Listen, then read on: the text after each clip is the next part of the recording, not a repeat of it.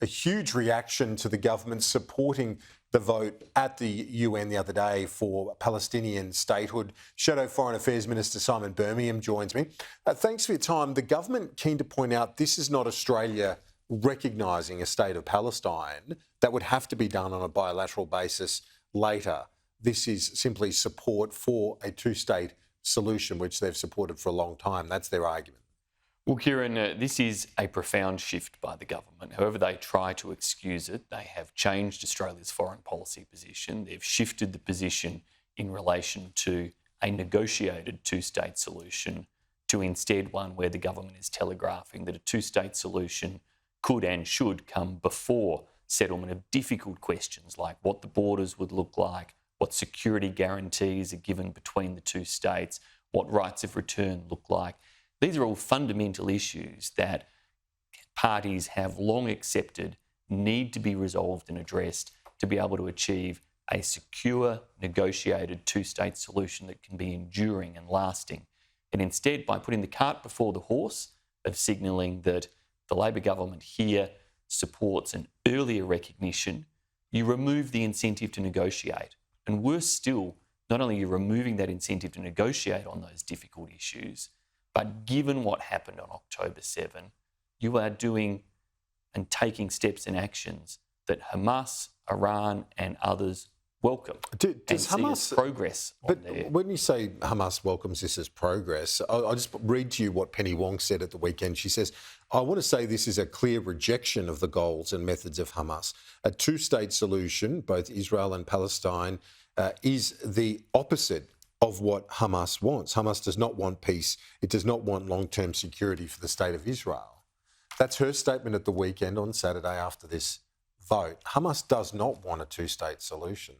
Kieran, Hamas might be committed to the destruction of the state of Israel, but rest assured, they, Iran and others will see this change in position of Australia, led by the Albanese government, and the UN vote as another step towards what they want to see in terms of the way the international community responds, because it's an isolation of Israel.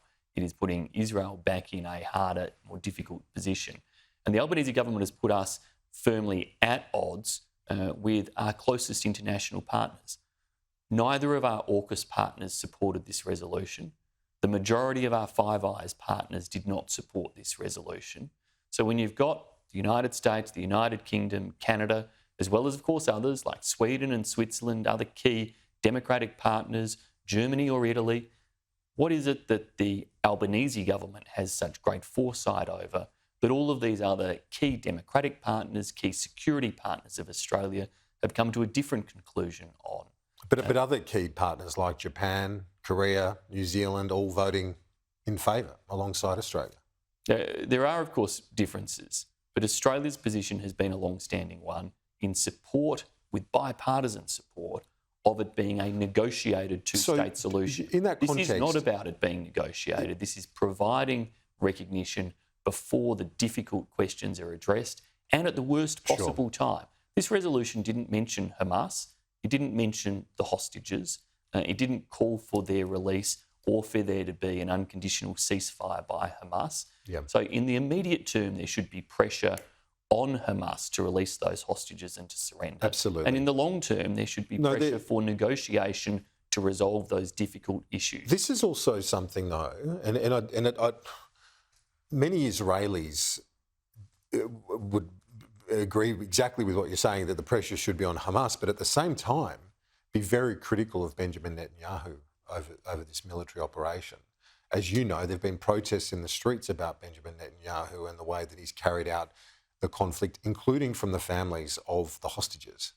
So is he and the Israeli authorities, the way they've carried out the war, is it in part to blame for the momentum that we've seen internationally, of which we saw the culmination of that on the weekend in the UN? Well, I won't comment on the domestic politics of Israel any more than I would any other country, partner or ally or friend of Australia. What I observed in Israel when I was there last December was a strong sense of unity across the political spectrum to see Hamas removed as a terrorist threat and to see action followed through to secure that removal. And frankly, no country could live alongside the type of threat that manifested itself in the October 7 attacks. Obviously, we have been clear in the bipartisan resolution passed after those attacks last year that Israel should act with regard for international law, that they do need to ensure humanitarian access.